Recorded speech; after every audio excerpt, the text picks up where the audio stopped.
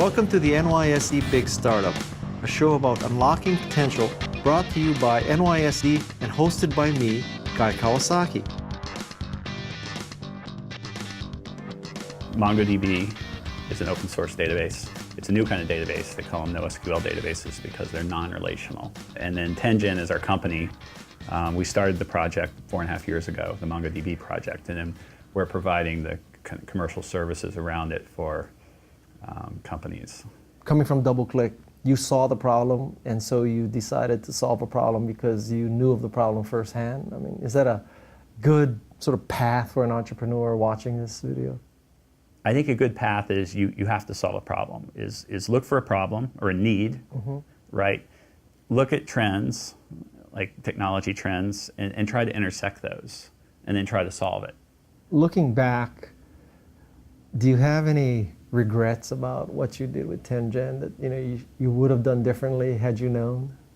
I've done a few projects over the years, and some have gone better than others, right? So this one's gone really well so far, so I'm really optimistic.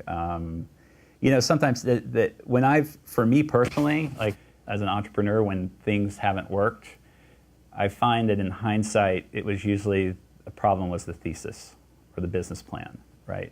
Because if the basic thesis just doesn't hold, it's not going to work. It doesn't matter how well you execute them. The thesis is wrong, change it. And then two is do it early enough that you still have capital, right? Because if you say, oh, this isn't going to work, but you just spent your last dollar. When you financed this company, did you go first angels, then venture capitalists? Did you go straight to venture capital? How did that work? In general, I think when you're starting a company, one is raise money wherever you can. That's fine. Friends and family, angel investors, or VCs.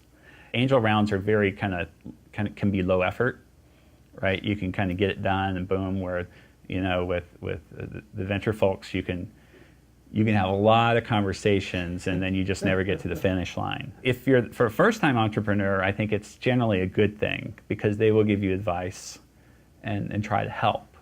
Any more lessons that you'd like to communicate to first-time entrepreneurs or early entrepreneurs? I found most important is just recruiting. You just got to get great people. So just spend all your time on it. You could spend 50% of your time on recruiting alone, and that would be a good idea. Any final tips for our viewers? Yeah, I think one interesting question if you're thinking about starting a company or being on a team that's starting a company is when do you do it? I went and got a job in